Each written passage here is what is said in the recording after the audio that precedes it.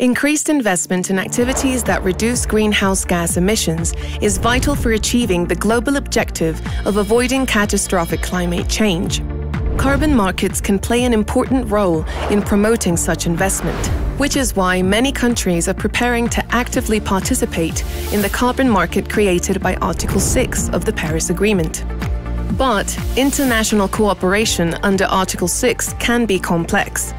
To address this, the Supporting Preparedness for Article 6 Cooperation (SPARC) program was created. SPARC is developing a toolbox for Article 6 implementation, offering a comprehensive decision support system for governments and the private sector. The SPARC toolbox initial release consists of 6 guides. Your compass to navigate Article 6. Visit our website to access these valuable resources, find out about other tools, and see the latest developments by SPARC, supporting preparedness for Article 6 cooperation. Good afternoon, everyone, and thanks for joining this webinar. Welcome to the 4th installment of the SPARC program's webinar series. My name is Malvika, and I work as a consultant at Carbon Limits, and I will be your moderator for today. In today's webinar, we will be focusing on the guide Promoting Ambition and Transformational Change using Article 6. This guide aims to provide host parties, acquiring parties, buyers, and activity participants with clear actions that promote transformational change and raise climate ambition using Article 6 of the Paris Agreement. We will also learn more about this from our panelists who will be speaking after our guide authors present the guide in today's webinar. This morning, we heard from Carl Magnus from Swedish Energy Agency, and right now in the afternoon session, we will hear from Felipe de Leon from the supervisory body of the Paris Agreement crediting mechanism. We are looking forward to the discussions and Q&A with our speakers today. So without further ado, let's start with a few housekeeping notes before we begin the proceedings of today. This session is being recorded and broadcast live on YouTube. Please visit the GGGI media page on YouTube to access this webinar.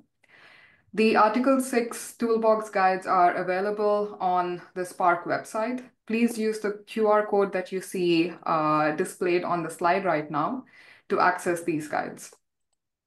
You can also use the Q&A function on Zoom. If you toggle to the bottom of the screen, you can see a Q&A right next to the chat function. Please use this to raise any questions you might have for our speakers. We do have dedicated Q&A sessions for discussing the questions that are raised using this function. You can raise these questions at any point, but we will take it during the dedicated Q&A sessions at the end of each presentation.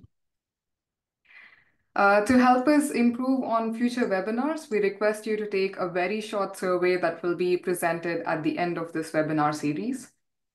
And lastly, in this webinar, we have the option for translation to Spanish. You can click on the language button, which appears as a small globe, and change to the channel of your choice. Also, a note to our audience who want to listen in English, please be on the English channel and not just the original interpretation. Just in case we take some questions in Spanish, then it will be translated to English for you. With that, I would like to present the IKI SPARC program structure. Supporting Preparedness for Article 6 Cooperation, or SPARC in short, is a 5-year multi-country project launched in 2022. Implementing is led by Global Green Growth Institute and supported by a consortium of partners that consists of UNEP-CCC, GFA Consulting Group, KPC, and Carbon Limits.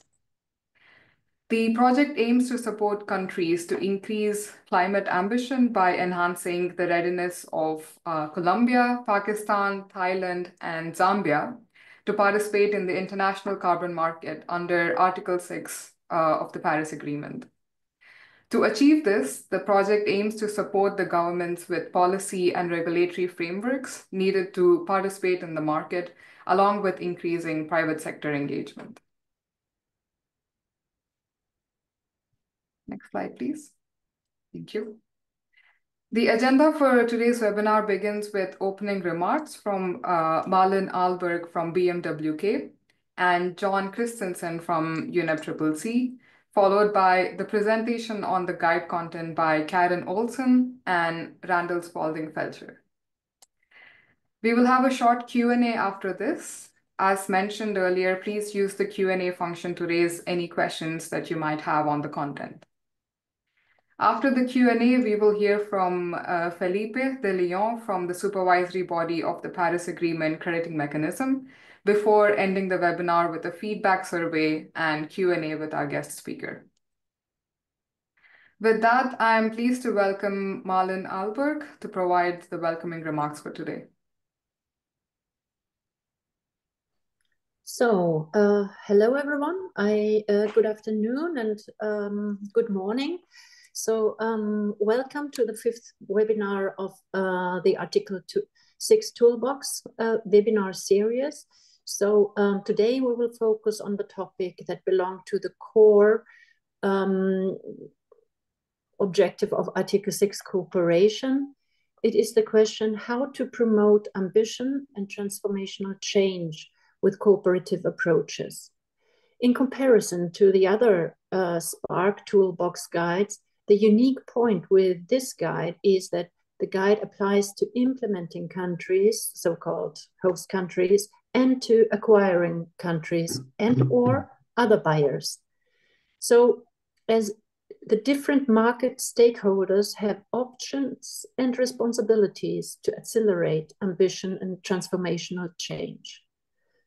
So carbon finance offers host party countries a way to mobilize finance for their most difficult to implement mitigation action now and set themselves up for longer term, greener growth and sustainable development. Therefore, countries should develop a strategy how they want to use Article 6 to strive for these goals.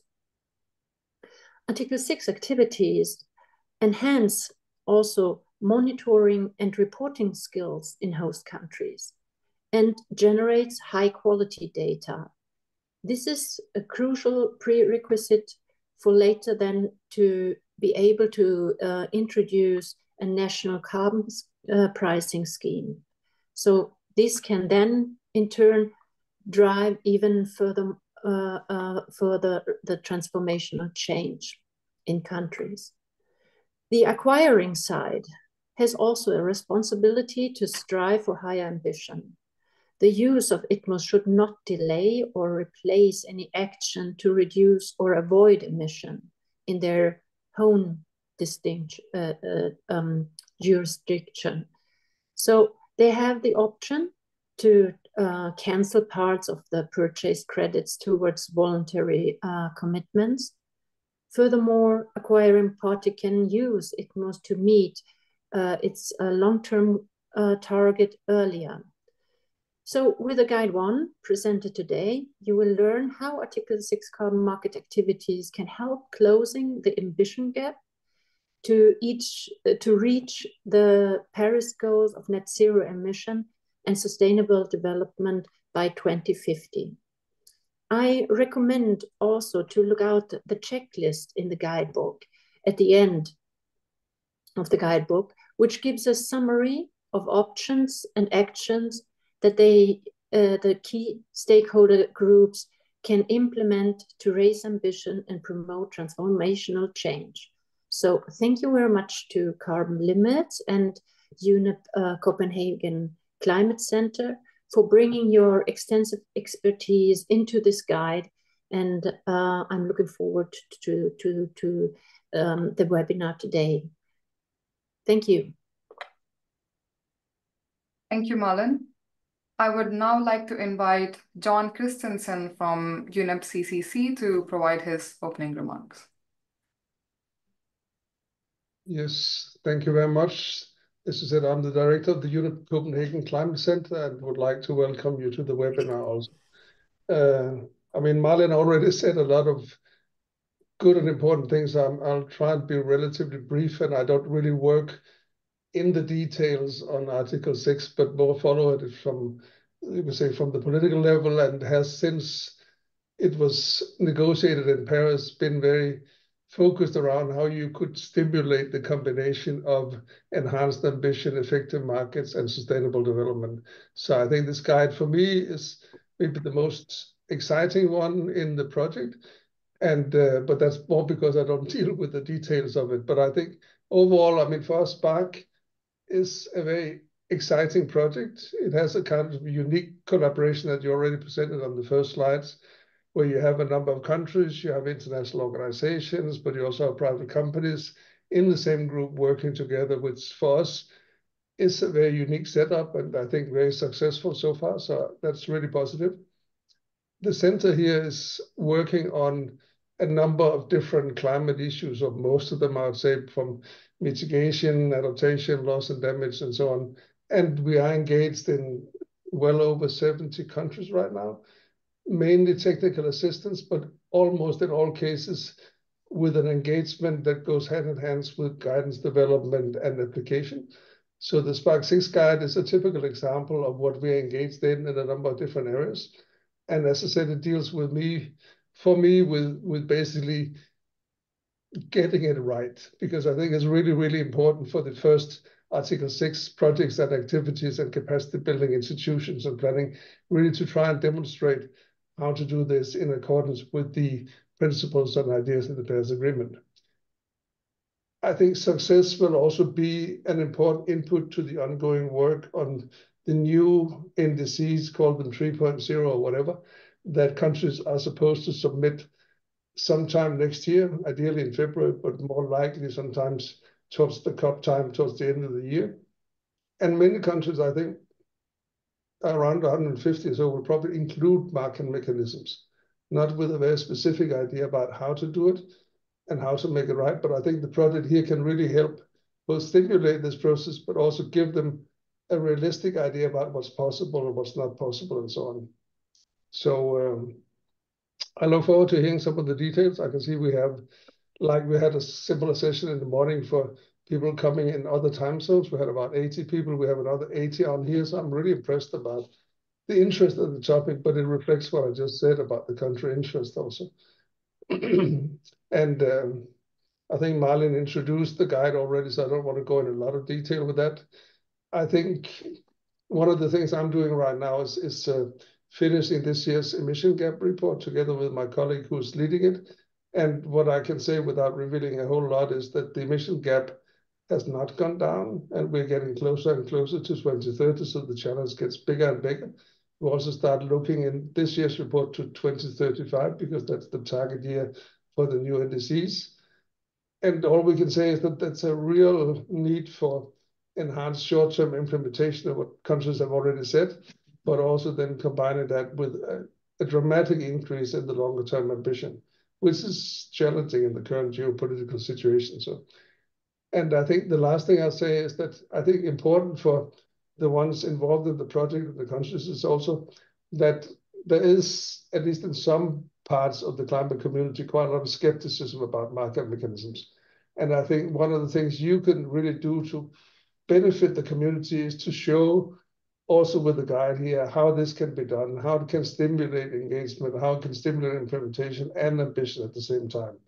And if you can really be successful with the countries in doing that, I think you are doing a really, really big service to the carbon market in the future.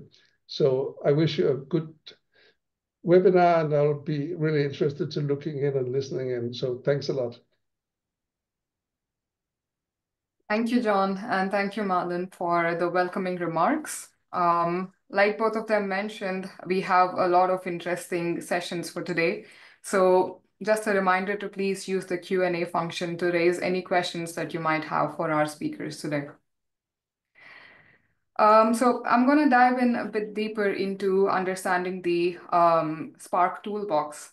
The Article 6 toolbox draws on the consortium's diverse experience in Article 6 activity development to create guidance and tools that can be used in the target countries. So the toolbox development will promote consistency across the different countries and efficiency in the delivery as well. A core principle will be the adaptability of the toolbox to different scenarios that will help it fit the national conditions over the course of the program. The first set of outputs in the Article 6 toolbox are 6 guides that target the fundamental needs of the host party governments on the one hand and activity participants on the other hand. Out of the 6 guides, 3 cater to the host party governments, 2 are tailored for activity participants. This can be both public or private activity participants. And the one on ambition and transformational change encompasses aspects of both areas. Next slide.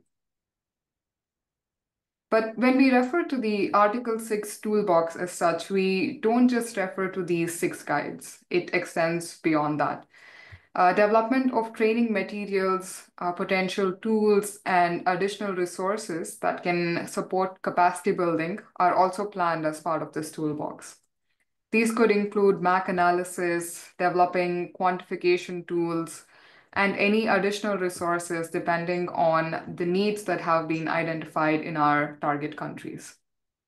So at the country level, the project will engage a broad range of stakeholders, including national and subnational government, the private sector, academia, and the youth to build the enabling environment required for carbon trading under Article 6. So that was a brief introduction to the SPARK program and the Article 6 toolbox. So without any further delay, I would like to invite Karen Olsen from UNEP-CCC to know more about this guide on promoting ambition and transformational change. Her presentation will be continued by Randall from Carbon Limits. So I'll pass it on to you now, Karen. Thank you, Malavika, and good to meet all of you online, though I cannot see you. But I can see that there are 91 of you, so that's great to see. I will give an introduction to Guide 1, the content that you see on this slide, and also background on why and how Article 6 matters for promoting ambition and transformational change. So here you see the guide has 4 chapters. The first is the introduction, giving this background, why Article 6 matters for ambition raising and transformational change. And then for 3 stakeholder groups that have been introduced, we have a chapter for each, which explains options and also actions for the different stakeholders, how to walk the talk, how to make it concrete. So it's not a long guide, it's not a how-to guide, but it's sort of identifying the options and the actions. And then in the other guides that are longer, you will have more in-depth description of how to do it. And we can also, as Malavika explained, we can on particular issues, and some of them are very technical, on baseline setting. It's a mix of, yeah, you will see. I'm going to go into the substance for in the next slide.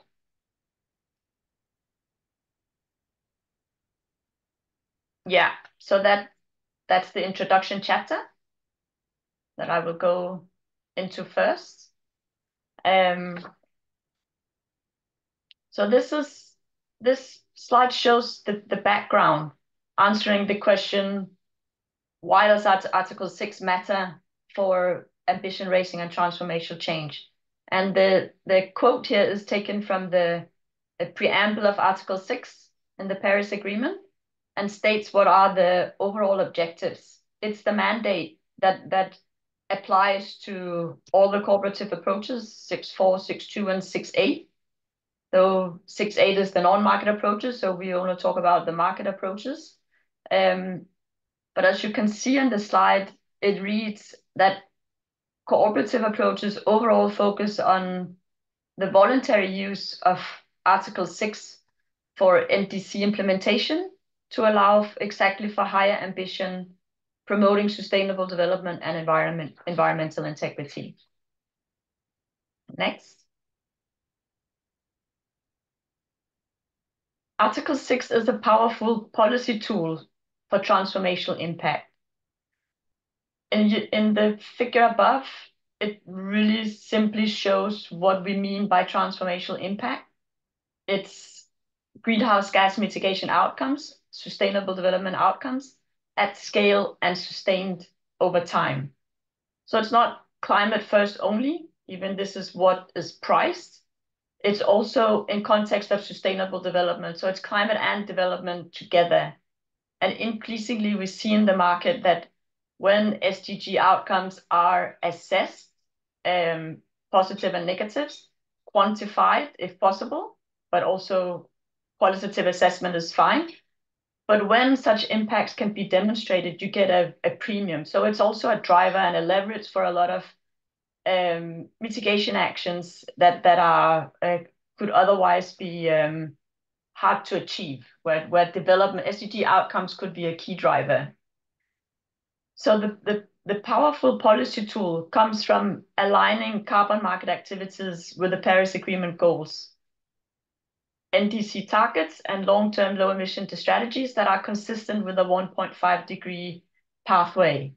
And this is what requires rapid and deep systemic changes in all sectors of society and all levels. Transformational impact. So showing the significance, this is the studies here are in the emissions gap report from 2020.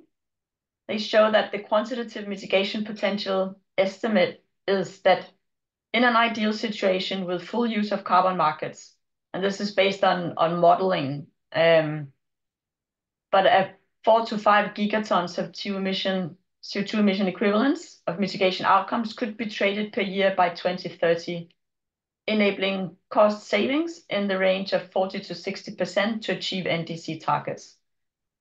Very significant potential.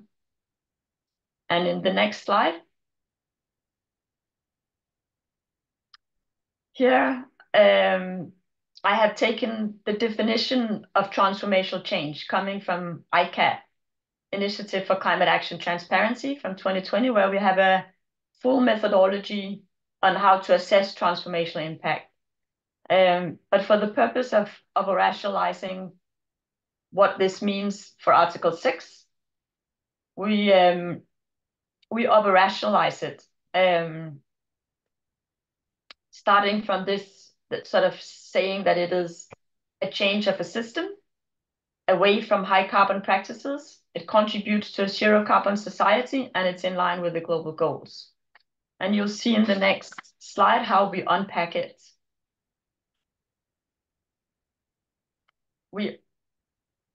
This is still high level, but we unpack it as layers of transformational impact assessment. Outcomes for greenhouse gas emissions and sustainable development goals at scale and sustained. And then here the processes of change. And these could also be both the drivers, but also barriers. And we've categorized them into technology, agents, incentives, and norms. Incentives being both economic and regulatory. Technology, you'll hear more about that, emerging, but also those that exist and are not yet available in all countries, but can be promoted through markets. The agents who are the change makers, but also norms in relation to such as gender equality can also be a driver of transformational change. So we're not going into the details, but just to let you know in the methodology, we have also characteristics. It's below of transformational change, and we have indicators that allow assessment both in qualitative and quantitative terms. But we're not going to that level of detail in this guide. And just really brief, when we assess impact, it's assessed on both dimensions, outcomes and processes. Yeah. Next.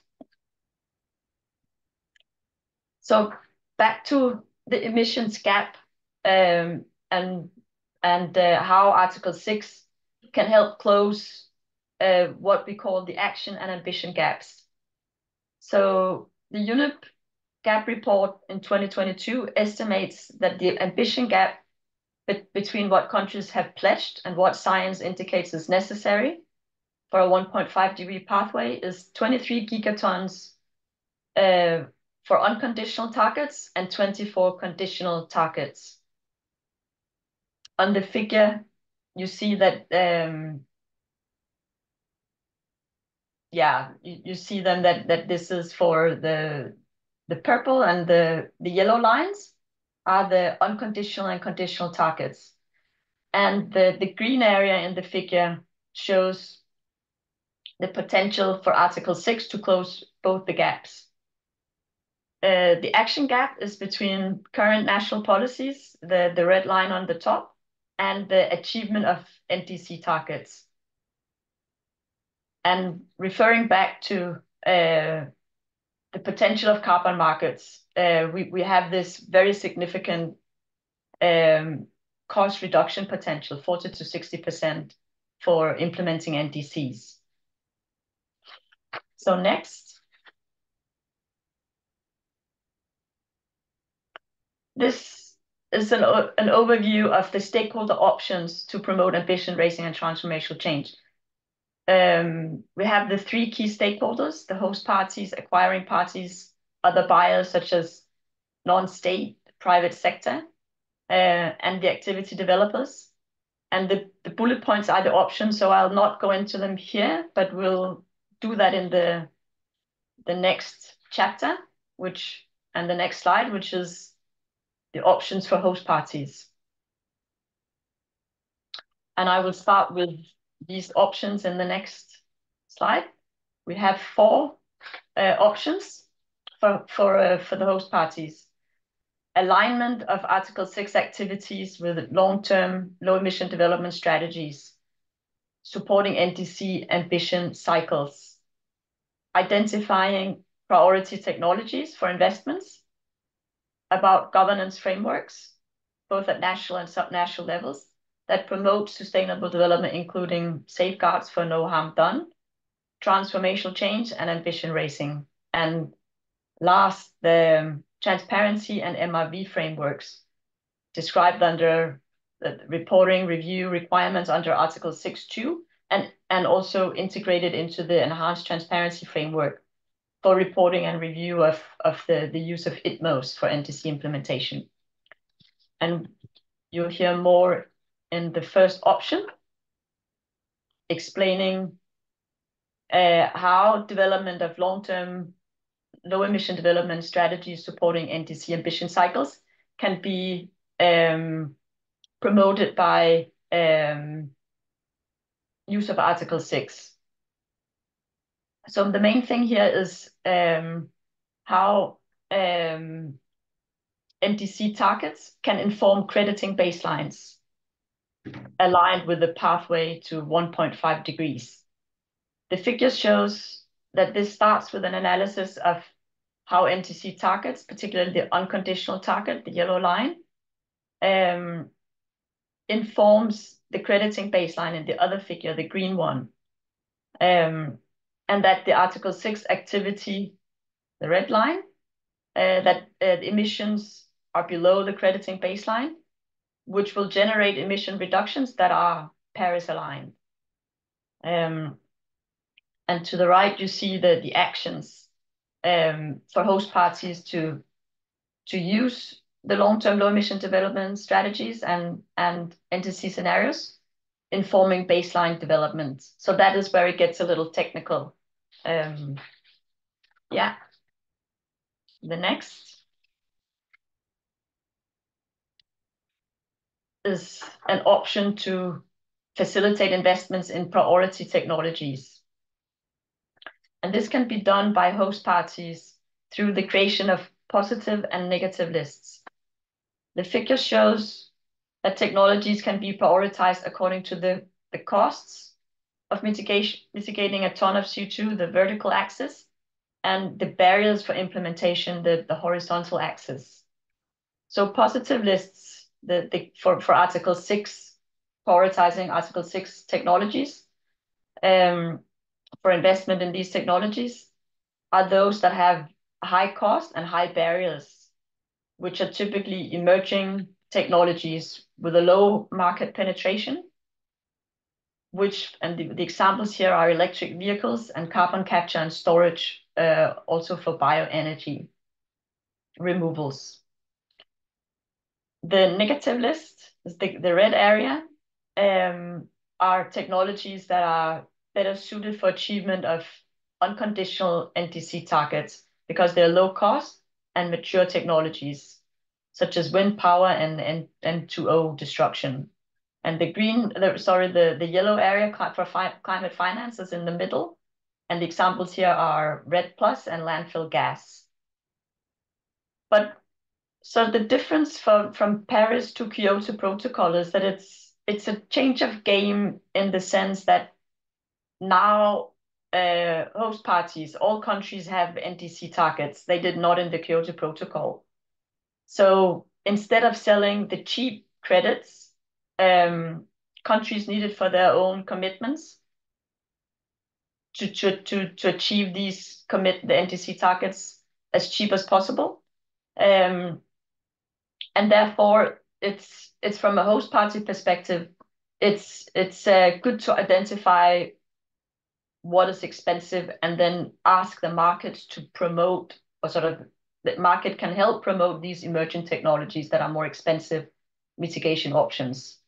So the price of transformational high integrity credits is going to be higher than we have seen before. Next.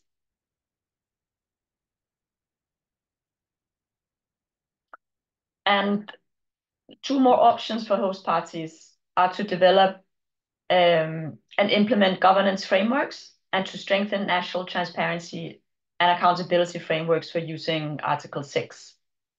The action points here are to define sustainable development priorities nationally, incorporate criteria for monitoring into Article 6 authorization criteria and processes. Soon there will be, hopefully in just before COP29 in Baku, the next supervisory body meeting, Philippe, you know a lot more about it, that there will, the sustainable development tool for Article 6 is up for decision, it's mandatory for 6.4, and it could also be used for 6.2. So right now it's not available yet, but it contains safeguards, and it contains an approach to assess sustainable development impacts. And it's already available in an advanced draft format and could also be applicable under Article 6.2. So an action point is also to adopt or incorporate concrete transformational change indicators, as we've seen for the technology positive list, as part of authorization criteria, to adopt safeguards, social and environmental frameworks, to avoid or mitigate unintended negative impacts, particularly to indigenous people and local communities. It's an action point to enhance monitoring and reporting through digital means, which can bring down the costs and improve data quality. And then it's an action point to enhance tracking, reporting, and reviewing in the biannual transparency reports under the transparency framework, to convey how Article 6 mitigation actions promote transformational change and NDC ambition raising. That is it for host parties. Okay, thanks so much, Karen. Yeah, I'm Randall Spalding Fetcher, so I'll take over now, excuse me, and talk about options for acquiring parties and then also options for activity developers. And I think, as Karen said, just so you know, we are going through a lot of these options quite quickly. There's plenty more detail, not only in this guide, but in the other guides that you'll find on the Spark website. So yeah, and also remember that, as Malin, I think, mentioned, there's actually a checklist that kind of outlines these at the end of this particular guide as well. So let's go into acquiring parties, because we're not going to let them off the hook, right? Everybody has some responsibility in terms of increasing ambition and transformational change. So let's go to the next slide. So there are three main issues that we talk about in the guide with acquiring parties or other buyers. So one is really just canceling ITMOs, and I'm going to show you an example of that. So this concept of overall mitigation of global emissions. The other thing that I'll say a little bit more about in a later slide is how to use ITMOs and also use the savings to increase ambition. What I won't spend too much time today on is the role of non-state actors, but there's some very good information in the guide how also non-state actors can use ITMOs either under a kind of traditional offsetting paradigm or this new mitigation contribution paradigm. But that's a big topic, so we're not going to get into that today.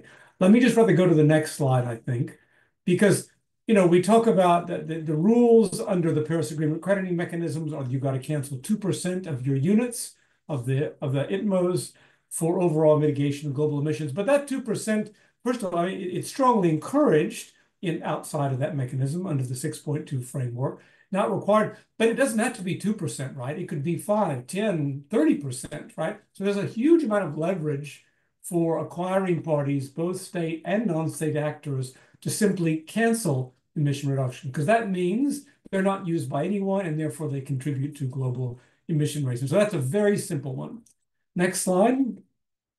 The other thing to remember is, the whole idea of carbon trading, like both John referred to and then Karin, is that there's supposed to be savings, right? We're doing this because, you can reduce emissions less expensively, potentially in another country. So what are you going to do with those savings, right? And so what we put is, the step one is, well, why not use that savings to actually overachieve nationally current indices, right? That's an action in the very short term. And then there's some other ways as well that you might think about, well, maybe you're rather using those towards longer term goals to achieve those faster. And there are a number of countries, even countries within the EU, that are doing that. And then even within domestic carbon pricing mechanisms, can you allow import of ITMOs to lower the compliance costs for entities under a carbon pricing instrument, and then increase the ambition of that instrument, right? Because it's not just about cost savings, it's about translating that into increased goals. And then even there are a lot of government procurement programs now looking for ITMO purchases. And I think what you're seeing is more requirements to demonstrate both contributions to sustainable development, but also to transformational change. So that's important, because it's not just about the immediate impacts of these collaborative activities or cooperative approaches. It's what do they catalyze over the long term, that sustained change that Karin talked about. All right, next slide.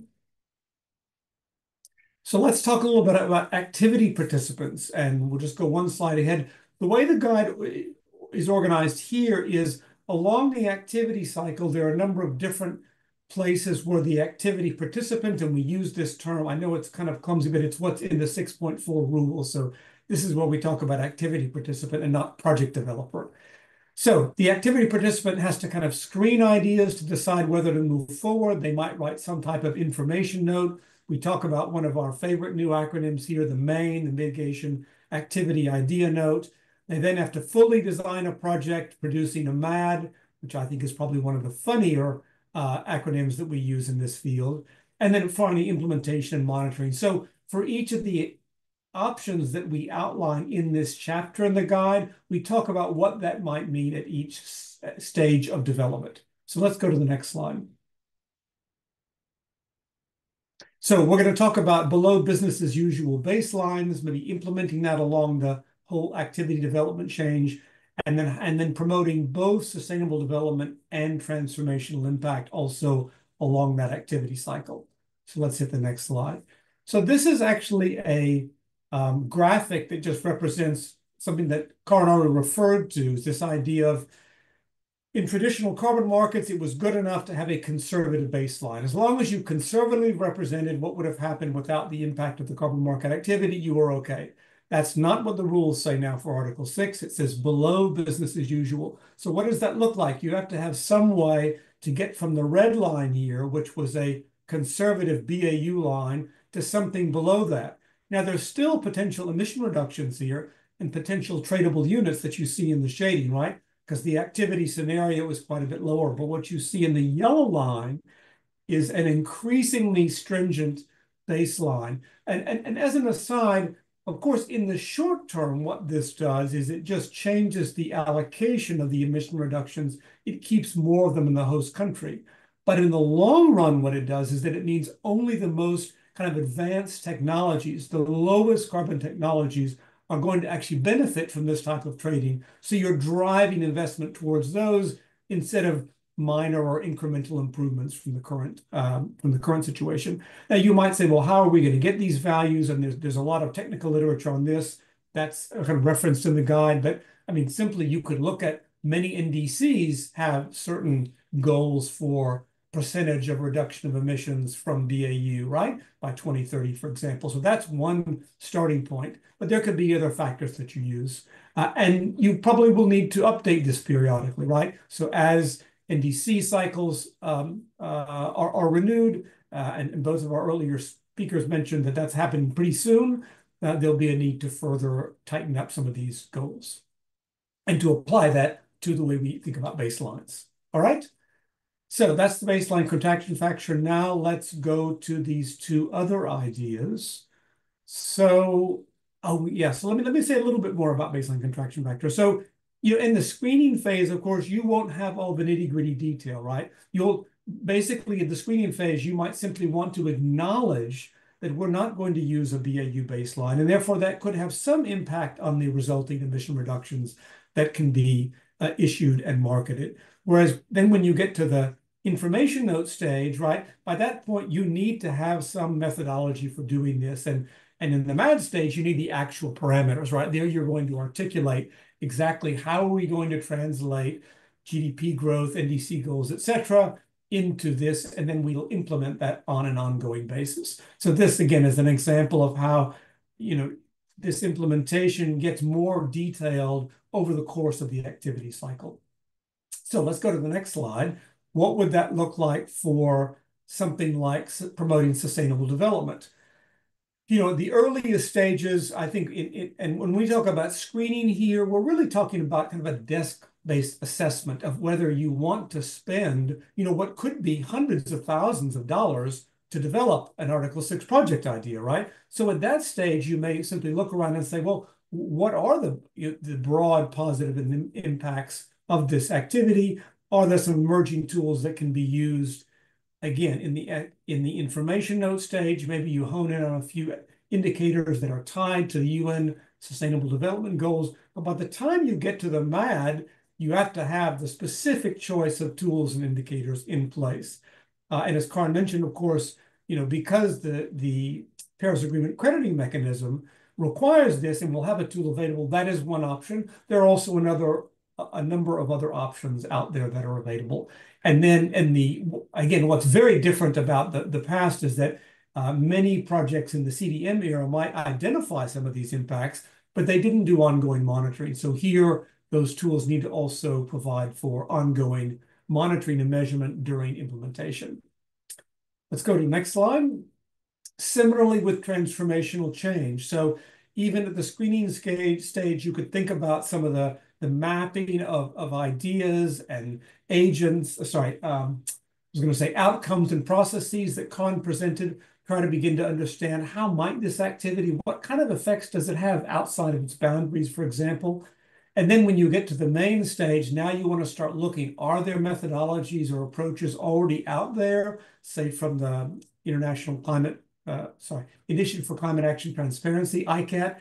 Can we find specific things we can apply to this activity, which then you need to codify in the MAD. That needs to be very clear, not just what the actions or tools are, but how they're going to be applied, and then you monitor that on an ongoing basis. So, this is a big ask, and we recognize this, and yet I think more and more it's becoming clear this is what's needed for Article 6, this new generation of international carbon markets to truly deliver on this potential for promoting ambition and transformational change. So I think that's the last slide. Yes. So I'm going to pause there, and I think we'll go to some early questions. But thank you all for listening. Thank you, Randall, and thank you, Karen, for your presentations. I would just like to remind all of the participants that please feel free to ask any questions that you might have in the Q&A function. We currently don't have any open questions, so feel free to ask any questions that you might have for Karen and Randall.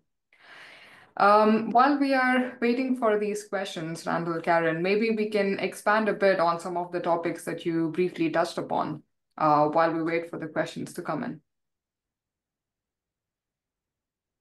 Sure. One thing, if I can just jump in, one thing I would like to just emphasize, I know I mentioned this, is that we intentionally did not make this a 300-page manual for transformational change. It was tempting because the knowledge is out there. But so when you look at this guide, what you'll see, and Karin pointed to this, is that the sections and the description of the actions are relatively short, but they refer to other resources. So there is a ton of work done by ICAT and also other UNEP-CCC projects. There's a lot of work out there on sustainable development indicators, et cetera. So the idea is that this gives you a kind of starting point. And again, I think this checklist at the end is helpful because you can literally go through and say, okay, I'm an activity developer. I'm really shooting for the highest quality activity. There's a checklist of 8 or 10 things, and I can ask, have I done all these? And if not, well, the guide will give me some indication of where I might find out how to go about that. So that's just one thing I would emphasize. Thank you, Randall. Karen, similarly, is there something that you would also like to highlight? Yes, there are no questions. So I wonder if everything is crystal clear. But we had in the morning, we did have some questions. Oops, I see we have the poll question. We do have a poll question coming in now to find out exactly what was it that was new for all of the participants who have joined us. That's great, thanks. Let's go for the poll then. Yeah.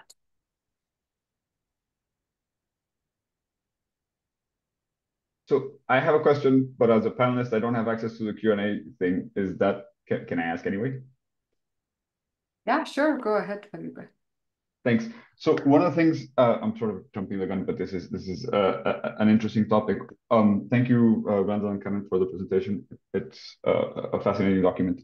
And I'm particularly interested in the fact that you included not only host party, but also buying parties, right? Because you, I think, pointed out quite interestingly that there's a shared responsibility there. Another component that I think was particularly interesting is, I'm not sure you said this specifically, but I think it's sort of at least implied in the work. NDCs and sort of LTSs and these policies that serve as the reference for these sorts of efforts are going to have an opportunity, at least, to get a lot more specific and a lot more nuanced as a way to enable faster and more aligned Article 6 action by other stakeholders in the ecosystem. Would you say that's a fair sort of takeaway from your presentation and from the approach that you're putting forward in Spark?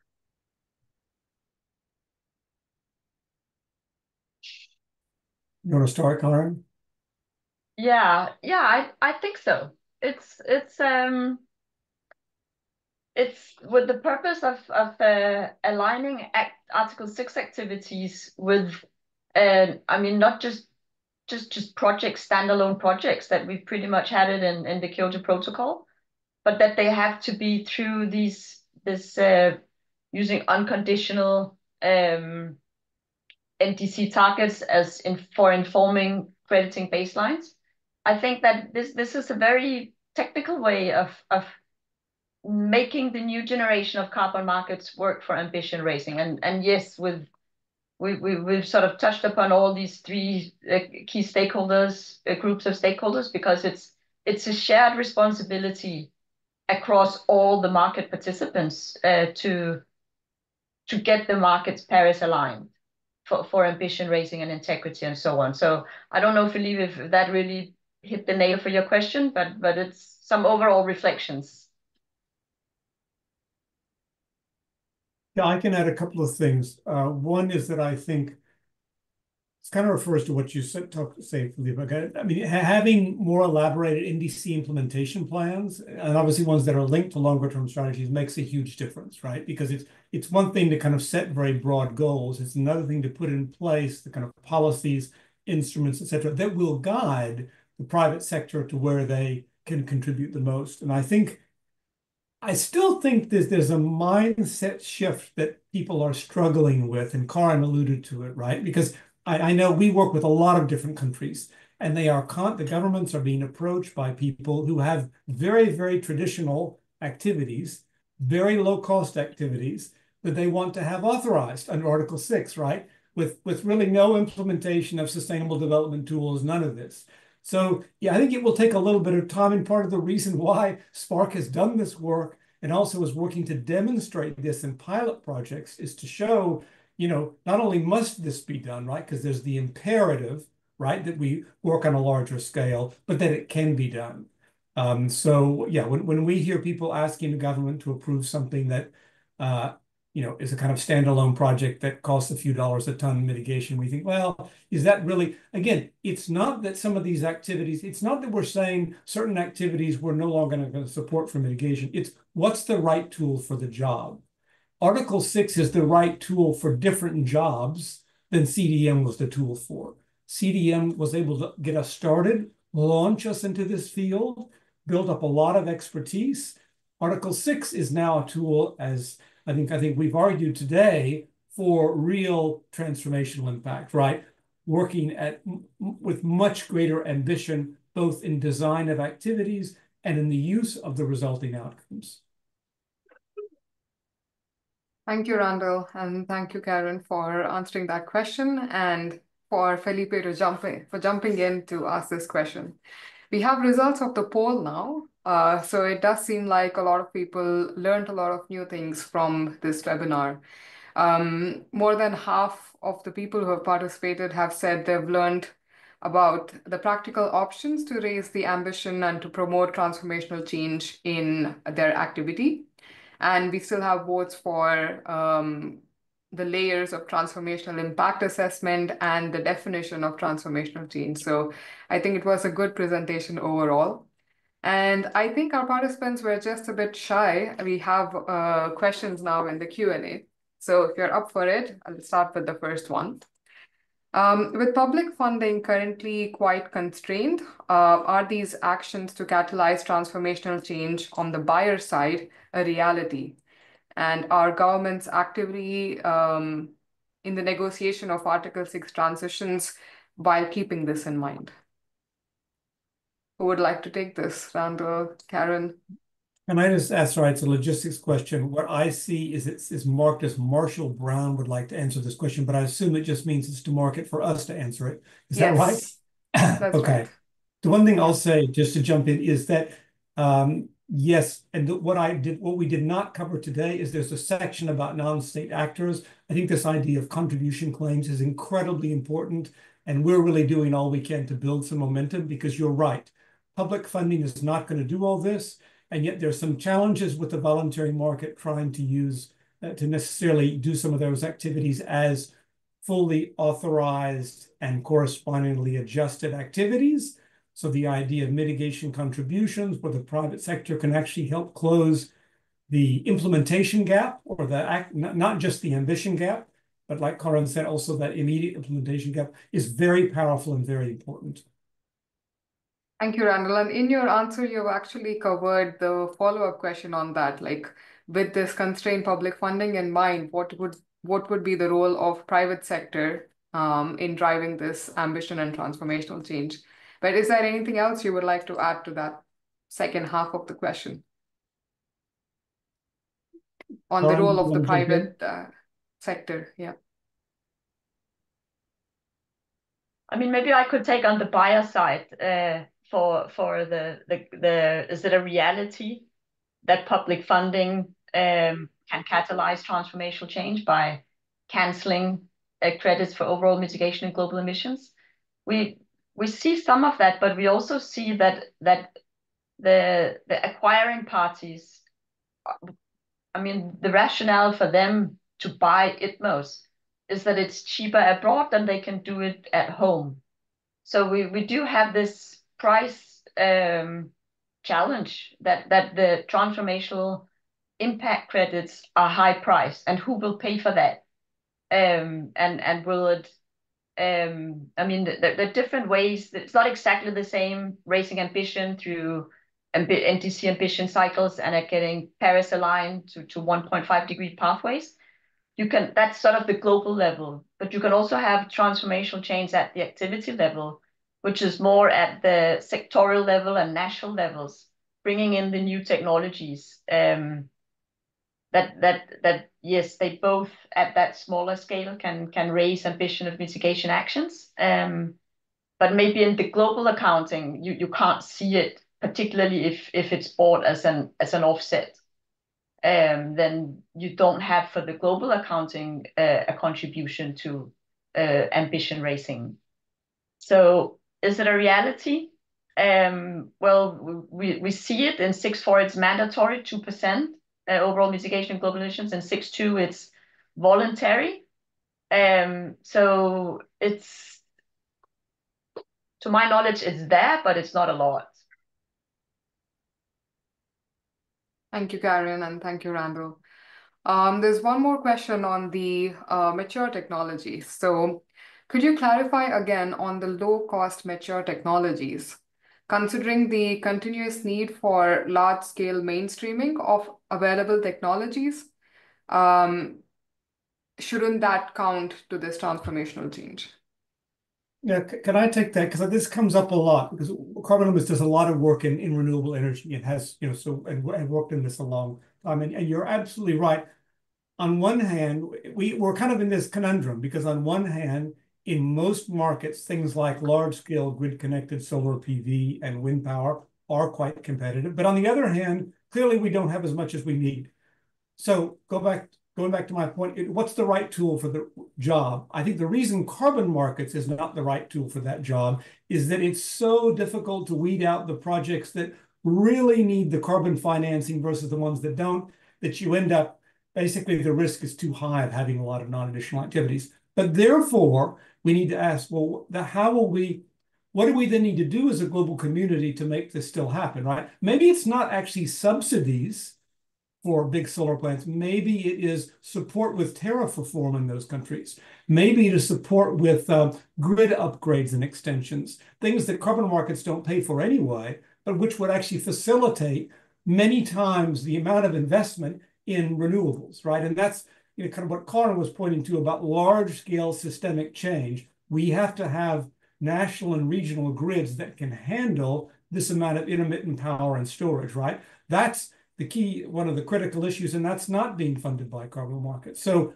yeah, again, I think with these larger scale and more mature technologies, we have to look at how does the community support that change at a different level other than just a direct subsidy, because it's not a direct subsidy that's needed. It's some other action at the regulatory or policy level to unlock the potential for that rapid growth.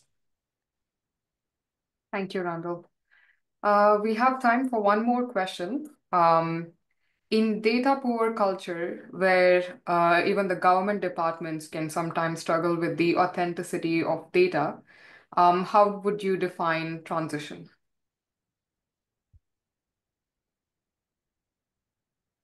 I'll leave that one to Karin.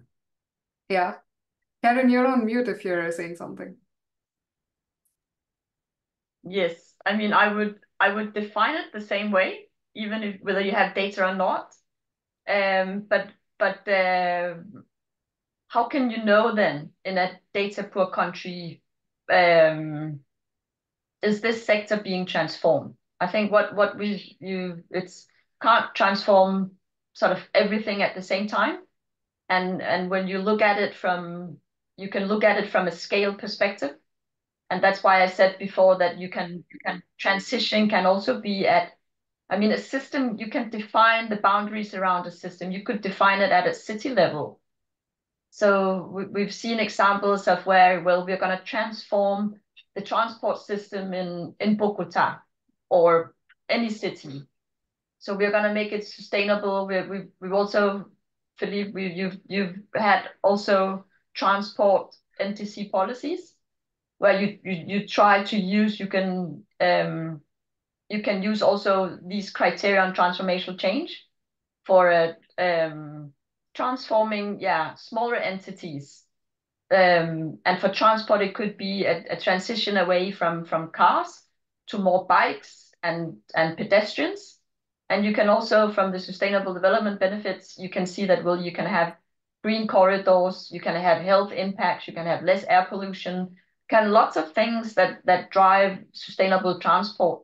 You'll have some mitigation outcomes, but maybe they're hard to measure then you have to count the number of bikes and so on. So in a data poor country, maybe that's difficult, but we have with digital MRV means, and you can bring such new technologies in from carbon markets because it's results-based payments. You really need the MRV part, otherwise you don't have a credit.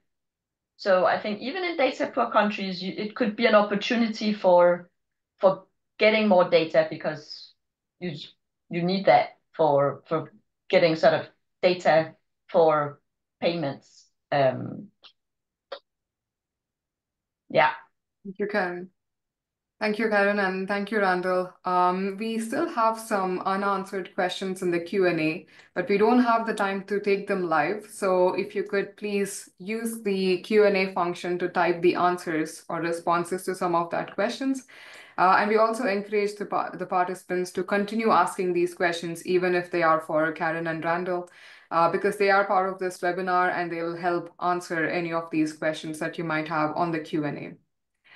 Thank you, Karen and Randall, for taking the time with your presentations and also for answering the questions. It's now time for our next session with our guest speaker for this webinar. We are very happy to have Felipe de Leon from Supervisory Body of the Paris Agreement Crediting Mechanism with us. I'll pass it on to you now, Felipe, for your presentation.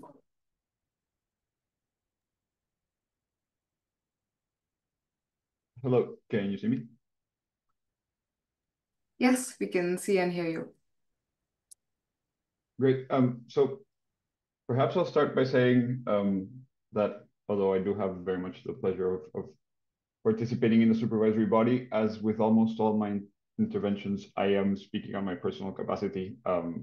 This is a very interesting subject and a subject that, as Karen has alluded to, the supervisory body is currently engaged in work that relates to it. And I wouldn't want to imply any prejudgment of sort of the decisions that have to be reached there. I was asked to basically provide some feedback to the presentations that we've received and put that into a broader context of work that is currently happening in a few different spaces. As I was alluding to in my question, I think one of the most interesting aspects, or a couple of the most interesting aspects of this guide and of the moment that carbon markets, I think writ large, not only the Article 6 carbon markets, but carbon markets writ large are touched upon in this guidance. One of them, and I'll start there, has to do with this notion that for the next generation of carbon markets, for carbon markets to be successful, to be useful as a tool to achieve the goals of the Paris Agreement, they have to be funded quite different from carbon markets as we've known them up to now. And this is very technical implications in terms of additionalities and permanences and things like that. But I would argue more interestingly, it has implications along the lines of what Randall was alluding to, implications in terms of what the use case of carbon markets is. Carbon markets are no longer, I think, as Randall pointed out, in their best iteration, are no longer adding to a slow transition as they were in the past. They're very much looking to be transformational, right? To pivot the scale and the speed of change that we need to reach the goals of the Paris Agreement. And that requires a degree of coordination and a degree of synergy with government plans and with sort of the broader ecosystem of decarbonization that's taking place in different countries that wasn't necessarily as relevant when you were under the CDM or under the previous generation, if you will, of carbon markets. And I think that makes the underlying policy regime, if you will, more important in some degrees than it was in the past. Clarity around the plans, clarity around the decarbonization pathways that the country is seeking to achieve, that the host country is seeking to achieve, and clarity about the role that a specific transformation, that a sector, that in some cases a particularly large company or company that controls a large sector can play, is especially important, right? Because it's no longer about just changing from where we are to a better position. It's from changing from where we are to a position that puts us in alignment with a fundamental transformation by middle of the century to basically keep 1.5 alive. And I think it's important to highlight because of the moment in the international cycle that we are. In a lot of countries, as was mentioned in the opening, NDCs are being reevaluated, they're being rewritten. Some may be submitted this year, some will be submitted next year. And there's a fundamental opportunity there for countries to take up that challenge and identify what is the role of carbon markets in my NDC. It's not just about saying carbon markets will play a role in mobilizing financing. Okay, fair. That was perhaps a reasonable first step for the first NDC. But now, if a country wants to enable to put itself in the best position possible to engage with Article 6, and again, I would argue with carbon markets writ large, I would suggest that it's not just the level of ambition that is important in the NDC. Absolutely, the level of ambition is critical, right? We have an ambition gap, an ambition gap that is not getting smaller, we've just heard. But it is also the degree of detail about the steps to get to that transition, and as Randall was saying, about what the role of carbon markets is. What are the types of projects and the types of sectors and the types of interventions that carbon markets can support most effectively in your particular trajectory, in your particular policy package. I think NDCs that demonstrate deeper understanding of this will make it easier for other stakeholders to engage. It will make it easier for the private sector to engage. It will make it easier for potential buyers to come up to countries and say, this is something that we want to support. And so having a real understanding of what your decarbonization pathway is, having a real understanding of what role carbon markets play in financing that decarbonization pathway, and that means understanding the pros and cons of carbon markets and what sorts of activities those are most well suited to. And again, I'll highlight what Randall was saying, right? That's not to say that in perhaps other more traditional sectors for carbon markets, and I'm going to use renewable energy just to sort of follow Randall's example. It's not to say that renewable energy is not absolutely critical to the transformations. It's not to say that there are not renewable energy related projects that probably should be supported by carbon markets, but it is perhaps to recognize that finding those might be really hard in most cases, and that makes a difference for how attractive carbon markets might be as a tool to finance renewable energy transitions in a lot of countries versus other sectors. I think this speaks also to the question about data poor countries. Data poor countries, quote unquote, are not data poor in everything, at least not in my experience. Understanding where your data strengths are and what that means for which sectors you might be able to bring into carbon markets quickly and responsibly and robustly, and which data needs you have and how you might be able to fill those so that you can continue to bring up to bring more sectors and more technologies into carbon markets becomes, I think, an important point. So I think that's extremely relevant. The role of buyers as having a responsibility in this, and I think Karen alluded to this, in terms of price and in terms of what sorts of credits they are interested in buying and what sort of price signals we have, I think is extremely relevant. I have a very hard time imagining a $5 ton as actually being robust. I'm sure that there are tons that are robust that were traded at $5, but that doesn't really make it a $5 ton, I would argue. If we want the level of transformational change that we have, that we need, that is going to require a price signal. quantifying and verifying some of these elements is expensive in itself. And of course, having these impacts, designing projects so that they are not just about the tons, but are about the sustainable development impacts, the transformational change impacts, that has its own costs. It pays off, I think, quite clearly, but they're not available in the vast majority of cases. I'm going to hedge myself here at $5 or $10 or maybe $15 a ton. It's the price expectation has to match the expectation in terms of impact and flow benefits.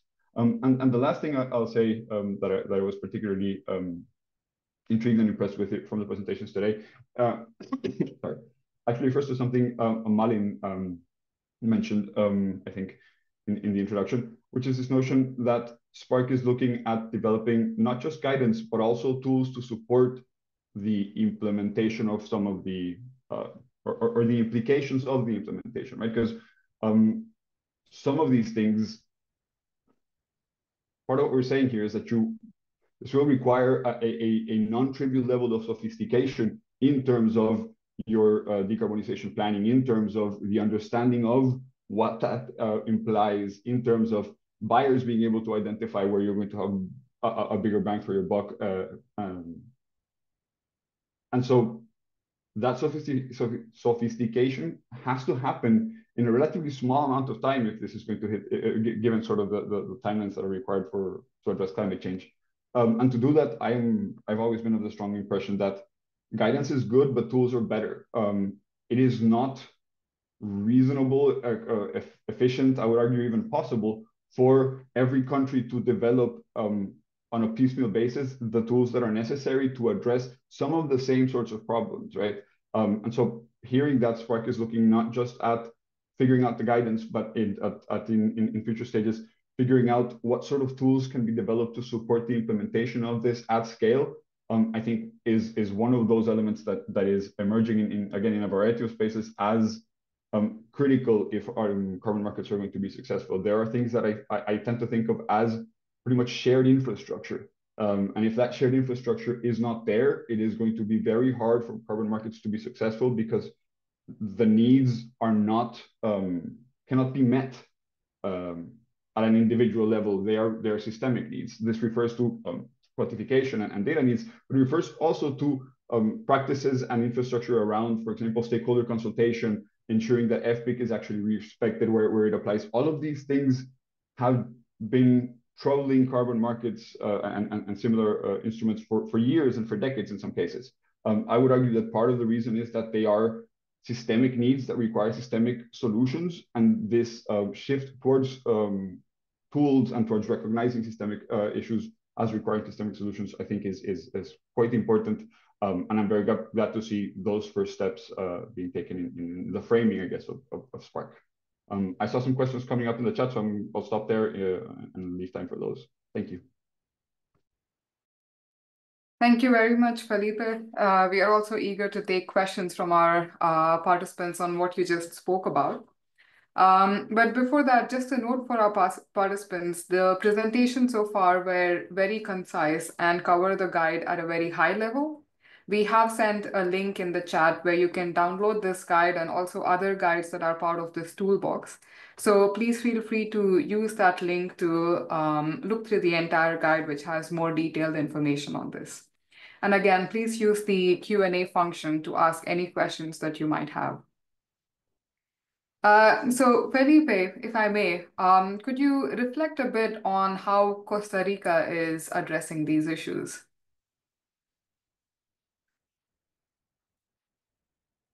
So I'm not in Costa Rica. I haven't been working with Costa Rica for a few years. I'm currently living in the United States.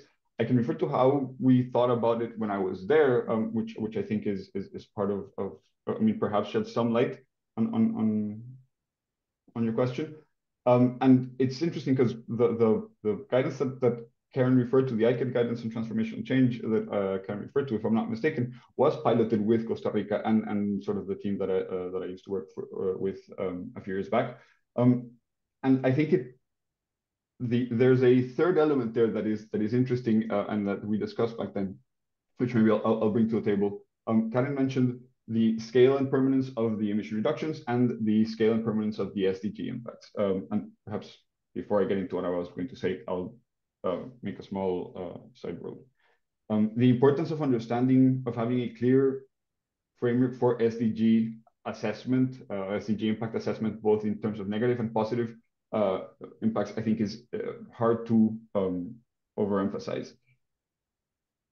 There's this tension, I think, there's this natural inclination to want to use SDGs or these sorts of sustainable development impact frameworks to quantify positives. And there's this reluctance in a lot of spaces, I think, to want to look at the negative impacts, because there is this notion that if it had negative impacts, it should have been caught in the safeguards, or there should be a mitigation plan, or all of these things, right? I would argue that it's important for countries and for developers, actually, to be looking at the tensions and the inherent trade-offs in their projects, right? A project that increases conservation areas may reduce job availability in some areas. That's not to say that that project shouldn't happen. It is to say that it is important to recognize those, to manage them where available, but to accept that they don't go away, right? There is trade-offs inherent in sort of these processes, and ignoring them actually reduces social license for these projects, because it marginalizes, it ostracizes communities or groups. Actually looking at them, engaging with them, and bringing those into the conversation is then not just about doing what is right and morally appropriate, but it's about hedging risks. It's about ensuring the survivability of projects and the sustainability of projects and approaches over the long term, because you have long-term social license, because you have actually looked at the impacts beyond just the tons of those projects. So wanted to highlight that. And so that's been a big part of how Costa Rica has tried to look at if you look at Costa Rica's last NDC, which I had the privilege of working on, it is very specifically framed from a human rights and from a social and justice transformation standpoint.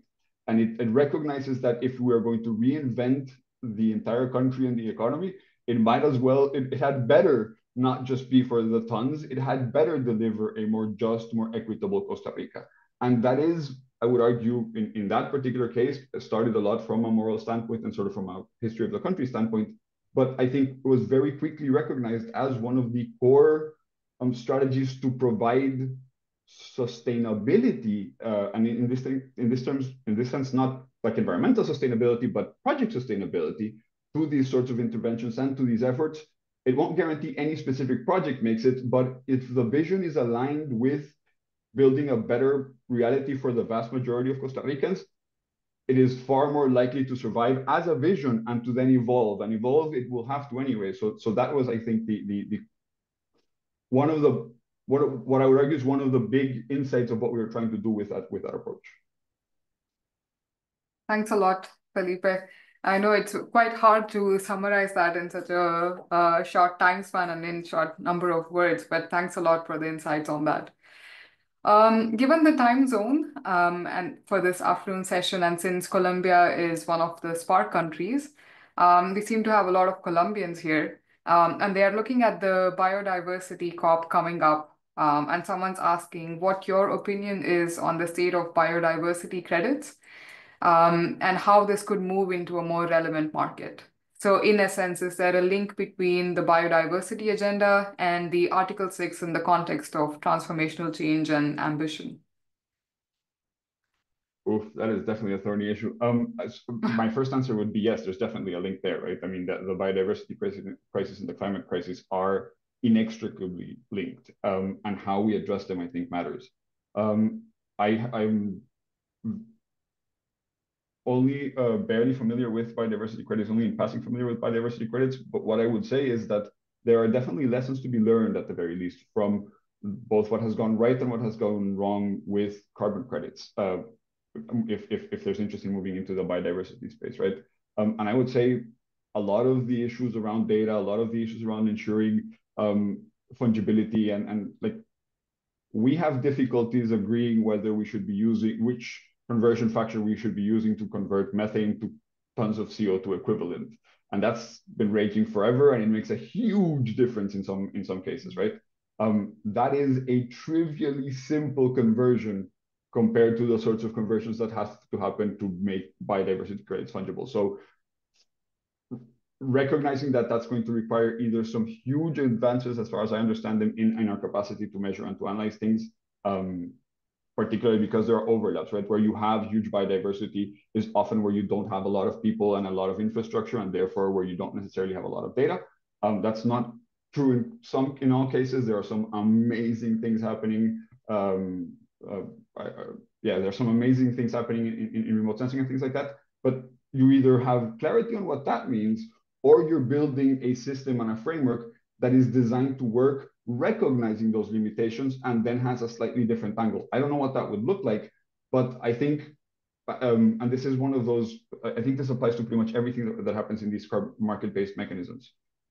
The solution is never, I would argue, to reduce rigor. The solution is to find ways to make rigor accessible to everybody, right? It's how you make sure that the countries that don't have data get access to that data or don't need that data to get to the level of rigor. It is not by reducing rigor that you're going to fix this, because by reducing rigor, you are fundamentally breaking the system rather than making the system useful to those who need it. Thanks a lot, Felipe. That was most definitely not an easy question to answer, but I think you've tackled that well. Just a note for our participants, you will now see another poll on the screen with survey questions for feedback on the webinar. It helps us improve our content for the future webinars as well. So please do answer that survey. And thanks a lot, Felipe, for the presentation and taking the time to answer the questions from our participants. I would also like to thank Karen and Randall for their presentations. Another kind reminder to our participants to please answer the survey, follow the Spark websites for more updates on the guides, and also access these guides. I think it's a very good guide for all of the information on Article 6 that you need to have. So we hope to see you in our future webinars, and have a nice day. But before we leave, I have a note for the speakers. If you could please switch on your video for a group photo, that'll be great.